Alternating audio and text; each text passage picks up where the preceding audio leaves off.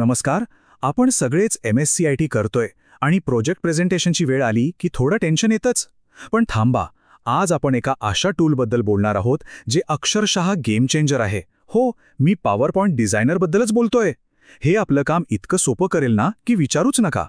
अच्छा, आता एका अगदी कॉमन प्रॉब्लेमबद्दल बोलूया. आपण आपल्या प्रोजेक्टवर, त्याच्या माहितीवर कितीतरी मेहनत घेतो नाही का, दिवस रात्र एक करतो. पण जेव्हा ते सगळं स्लाइड्सवर मांडायची वेळ येते तेव्हा डिझाईनचा सगळा खेळ बिघडतो. हे कधी अनुभवलंय की आपलं कंटेंट एकदम भारी आहे, पण स्लाइड्स बघितल्या की वाटतं अरे यार, ही मेहनत इथे दिसतच नाहीये. माहिती एकदम फर्स्ट क्लास, पण स्लाइड्स तितक्याशा प्रभावी नाहीयेत. आणि हे आपल्या सगळ्यांसोबत होतं, कारण आपण आपल्या विषयातले एक्सपर्ट आहोत, काही ग्राफिक डिझायनर नाही. बरोबर ना? आणि खरा प्रॉब्लेम इथेच आहे. नॉलेज तर भरपूर आहे, पण ते आकर्षकपणे प्रेझेंट कसं करायचं हेच कळत नाही.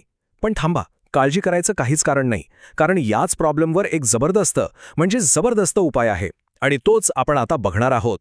चला तर मग ओळख करून घेऊया आपल्या नवीन डिझाईन पार्टनरची. हो, एक AI डिझाईन असिस्टंट. मी बोलतोय पॉवर पॉइंट डिझायनरबद्दल.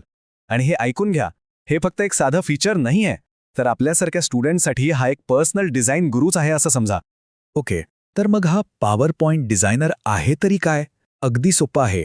ही पॉवर पॉइंटमध्येच लपलेली एक AIची जादू आहे असं समजा. आपण फक्त आपला टेक्स्ट स्लाइडवर टाकायचा आणि बाकीचं काम हे टूल बघतं. ते आपल्याला प्रोफेशनल लेआउट्स, भारी डिझाईन्स, एवढंच काय तर फोटोसुद्धा स्वतःहून सुचवतं.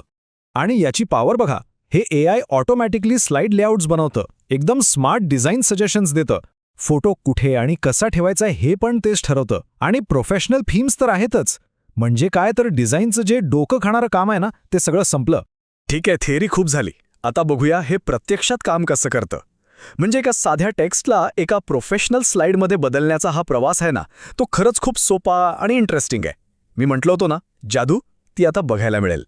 हे बघा, हे इतकं सिंपल आहे. आपलं काम काय, फक्त टेक्स्ट टाकायचा. मग AI आपलं काम करेल, म्हणजे डिझाईन तयार करेल. आणि रिझल्ट एका क्लिकमध्ये प्रोफेशनल स्लाइड तयार. आहे की नाही कमाल? आणि हे सगळं होतं फक्त 3 सोप्या स्टेप्समध्ये. स्टेप 1, आपलं जो काही कंटेंट आहे म्हणजे टेक्स्ट किंवा फोटो तो स्लाइडवर टाका.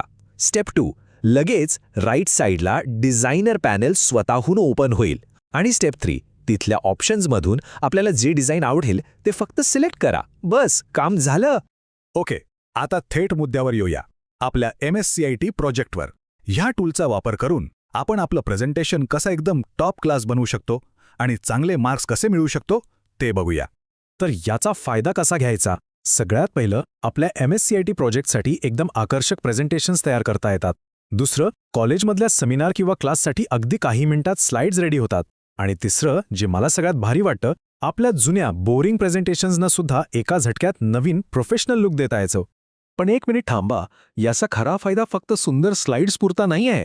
विचार करा, आपला कितीतरी वेळ वाचतो, आपलं प्रेझेंटेशन स्किल सुधारतं आणि सगळ्यात महत्त्वाचं, आपलं डिजिटल कॉन्फिडन्स वाढतो, जो आजच्या काळात खूप गरजेचा आहे. चला तर मग, आता वेळ आली आहे आपली पहिली AI डिझाईन केलेली स्लाइड बनवायची. मी काही एकदम सोप्या टिप्स सांगणार आहे, जेणे तुमची सुरुवात एकदम झक्कास होईल आणि रिझल्ट्स पण चांगले मिळतील. जे आता सुरुवात करत आहेत त्यांच्यासाठी काही महत्त्वाच्या टिप्स लक्षात ठेवा. 1. स्लाइडवरचा टेक्स्ट नेहमी कमीत कमी आणि टू द पॉइंट ठेवा. 2. माहिती सोपी करण्यासाठी हेडिंग्ज आणि बुलेट पॉइंटचा वापर करा. आणि 3, आणि हे सगळ्यात महत्त्वाचं आहे, कलर, फॉन्ट, अलाइनमेंट याचं अजिबात टेन्शन घेऊ नका. ते सगळं AIवर सोडून द्या. आपलं काम फक्त कंटेंटवर लक्ष देणं आहे. आणि आता जाता जाता एक शेवटचा प्रश्न. थोडा विचार करा यावर. जर डिझाईनसारखं किचकट आणि वेळखाऊ काम जर AI आपल्यासाठी करत असेल, तर मग आपण आपली एनर्जी आणि क्रिएटिव्हिटी कुठे वापरू शकतो? आपला फोकस कुठे असायला हवा? नक्की विचार करा यावर.